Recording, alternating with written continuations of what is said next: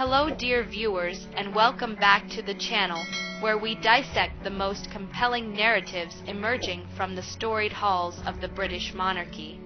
Today we delve deep into a high-stakes, deeply personal drama that is setting the stage for the future reign. A drama centered on the decisive actions of Prince William, the Prince of Wales, as he endeavors to purge the lingering shadows of past controversies before he ever ascends the throne. We are talking, of course, about the ongoing, often brutal effort to resolve the predicament of Prince Andrew and his highly coveted yet increasingly untenable tenancy at the magnificent Royal Lodge. This isn't merely a squabble over square footage.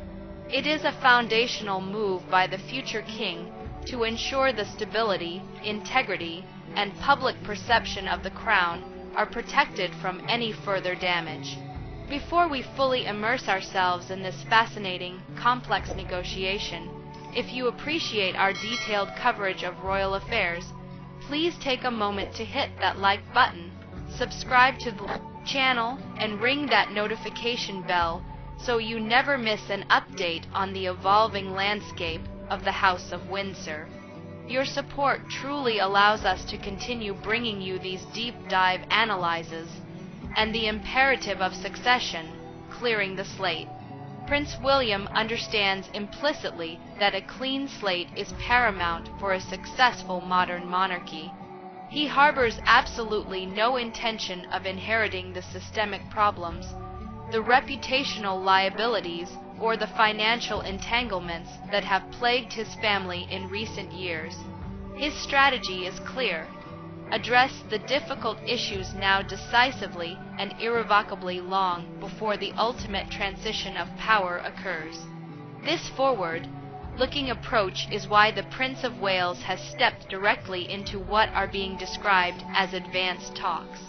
Talks designed to finally orchestrate the permanent departure of his uncle, Prince Andrew, from his sprawling 30-room mansion, Royal Lodge. This residence, steeped in history and situated prominently within the Windsor estate, has become a symbol of Andrew's continued, albeit diminished, connection to the royal core. A connection William is determined to sever for the good of the institution. The complexity lies not just in the royal decree, but in the labyrinthine, contractual obligations surrounding the property. Prince Andrew, the former Duke of York, currently holds a lengthy, indeed a historic 75-year lease on Royal Lodge. This arrangement is not easily dismantled by a simple request to vacate. Per the original agreement governing the lease, the Crown Estate, the body responsible for managing the sovereign's public estates, is legally obliged to provide substantial reimbursement to Andrew should he agree to terminate this lease prematurely. This contractual nuance transforms the eviction into a high-stakes negotiation, one where the financial demands are commensurate with the length of the lease and the sheer size of the property being surrendered, the millions at stake, Andrew's price for silence. Royal expert Ian Pelham-Turner, a highly respected commentator on the monarchy, has shed considerable light on the financial dimension of this thorny issue. Turner has claimed that Prince Andrew is not merely seeking a simple reimbursement for the remaining years. Rather, he is looking for an undisclosed compensation package from his elder brother, King Charles Roman III, which is estimated to run into the multi-million-pound bracket. This financial settlement is Andrew's perceived price for accepting his fate and stepping away quietly. However, the key difference in this negotiation, compared to previous softer attempts to manage Andrew's affairs, is the direct and forceful involvement of Prince William. William is approaching this matter with the utmost seriousness, prioritizing the future integrity of the crown above all else. His primary objective is to ensure that whatever agreement is reached, it is absolutely permanent and cannot be revisited or challenged in the future. As Ian Pelham Turner underscored in comments made to Fox News Digital, Prince William is demanding a watertight agreement that Andrew cannot renege on. This signifies a complete break, ensuring that the former Duke cannot at some later date attempt to reclaim residence titles or privileges. The agreement must be ironclad, legally binding, and designed to preemptively neutralize any potential future scandal or public relations nightmare arising from his uncle. The demands beyond compensation. The negotiations surrounding Andrew's exit from Royal Lodge are far from purely financial. Andrew, understanding the leverage he holds through the 75-year lease, is attempting to secure several critical concessions that extend far beyond simply having his bank account topped up. Ian Pelham Turner further elaborated on these strategic demands, revealing that Andrew is seeking two major non-financial guarantees alongside the substantial monetary settlement. Firstly, Andrew is keenly focused on the future standing of his two daughters, Princess Beatrice and Princess Eugenie. Despite his own catastrophic fall from grace, the disgraced former Duke is seeking respect and support for his two daughters, allowing them to continue their royal work and charity patronages. This is a crucial point for Andrew. He wants to ensure that the stigma attached to his name does not permanently overshadow or derail the opportunities and official roles of his children, who have maintained a relatively low profile and positive public image. Securing their continued involvement even in a non-senior capacity is seen as a way for Andrew to retain some semblance of familial dignity and connection to the institution. Secondly, and perhaps most intriguingly for royal watchers, Andrew is also demanding a specific financial settlement earmarked for his ex-wife Sarah Ferguson, the Duchess of York. This demand highlights the deeply unusual and complex domestic arrangement that has existed at Royal Lodge for many years. Despite their divorce in 1996, Andrew and Sarah Ferguson have continued to reside together intermittently and at times continuously within the 30-room mansion. Furthermore, Sarah Ferguson has played a demonstrable role in maintaining the property. She contributed significantly to the extensive repairs, restoration, and renovations of the historic Windsor property.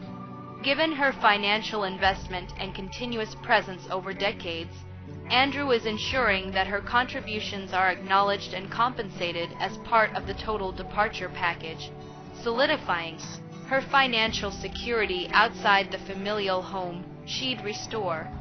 The role of Sarah Ferguson, a complex financial entanglement. The involvement of Sarah Ferguson, or Fergie, adds yet another layer of complication to William's efforts to streamline the royal family. For nearly 3 decades since their formal separation, the Duke and Duchess have maintained a remarkably close and symbiotic relationship, often sharing the same roof. This unique arrangement meant that Royal Lodge was not just Andrew's residence, but a shared home that both parties had invested in both emotionally and financially. The renovations undertaken at the lodge were substantial, costing millions of pounds over the years, necessary to maintain the structural integrity and opulent standards of the historic property. When Andrew seeks compensation for Sarah, it is a tacit acknowledgement that her investment, which benefited the Crown Estate property, must be repaid upon termination of the lease. William's negotiation team must carefully calculate this figure, balancing the need to remove Andrew swiftly and permanently against the risk of protracted legal battles over the value of the improvements made to the estate. The optics of leaving Sarah Ferguson, who has remained a loyal, if eccentric figure on the periphery of the family without appropriate compensation, would undoubtedly generate negative publicity, something William is determined to avoid. freedom from interference, Andrew's last stand. The final component of Prince Andrew's request speaks volumes about his desire for complete separation and independence from the immediate scrutiny of the royal firm. The expert stated that Andrew hopes to continue his personal and business affairs without any further interference or involvement with the royal family. In essence, Andrew is asking for the freedom to live his life entirely on his own terms without the oversight, guidance, or restrictions that inevitably accompany being a senior or even semi-senior member of the royal family. This request reflects a wish to move beyond the constant shadow of royal protocol and public expectation, allowing him to pursue whatever ventures he chooses without seeking permission or risking censure from the palace. However, this is precisely where Prince William's stern stance comes into full effect, creating an insurmountable conflict.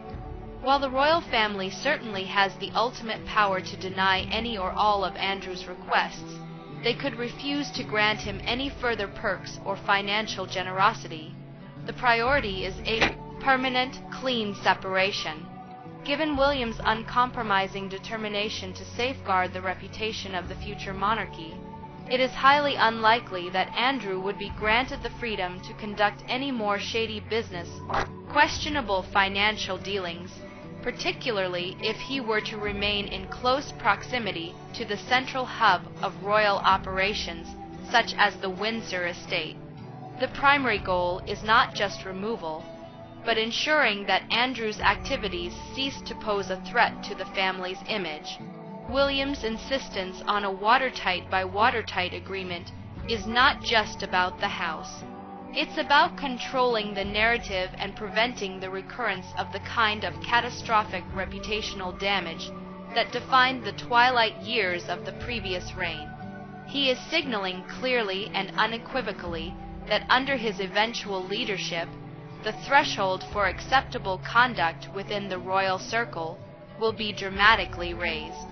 The era of tolerating controversy for the sake of familial peace is definitively over.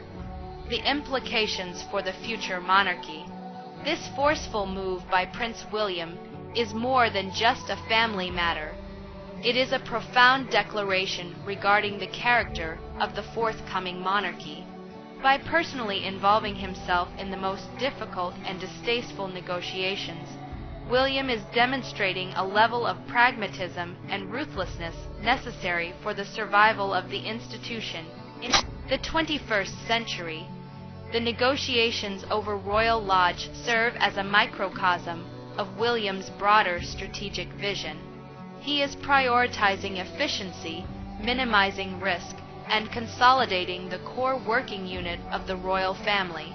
The removal of Prince Andrew from his established home, despite the immense cost and legal complexity of the 75-year lease, sends an undeniable message. Anyone who jeopardizes the integrity of the crown will be removed, regardless of their blood ties. This approach aligns perfectly with the public desire for a smaller, more focused, and less scandal-prone monarchy. The financial compensation Andrew receives, while large, is viewed by the palace not as a reward, but as a necessary operational cost to secure long-term stability and permanent silence on matter. It is a one-time expensive transaction to close a chapter of profound difficulty. Furthermore, William's insistence on clarity regarding Beatrix and Eugene roles is a diplomatic balancing act. It recognizes the innocence of his cousins while simultaneously ensuring that their patronages do not become a backdoor route for Andrew to exert influence or re-enter the public spotlight through their activities. Everything must be transparent, unregulated, and approved. The saga of Royal Lodge is therefore a pivotal moment, a test of strength for the Prince of Wales. If he succeeds in implementing this watertight agreement, he will have removed a major structural liability inherited from his father's transition to the throne, thereby solidifying his own position as a future sovereign capable of making tough, necessary decisions for the betterment of the crown. In summary, dear viewers, the battle for Royal Lodge is reaching its climax. Prince William is driving the negotiation, determined to secure a permanent ironclad exit for Prince Andrew, thereby cleaning up the monarchy's image before his ascension. Andrew's demands are steep, running into millions of pounds alongside essential support for his daughter's royal roles and a financial settlement for Sarah Ferguson to compensate for her investment in the property. William's uncompromising stance ensures that while Andrew may receive a hefty financial payout in exchange for surrendering his 75-year lease, he will almost certainly be denied the freedom to conduct any further questionable activities in the vicinity of the royal family. This is the price of succession, a necessary act of surgery to protect the long-term health of the institution. We would love to hear your thoughts on this complex situation. Do you believe Prince William is right to take such a stern, non-negotiable approach to ensure Andrew's permanent removal? Should Andrew receive multi-million-pound compensation given the circumstances? Share your opinions in the comments section below. Thank you so much for watching and for engaging with our community. Don't forget to like this video, subscribe for more detailed royal analyses, and join us next time as we continue to track the evolving narrative of the British royal family. Until then, take care and good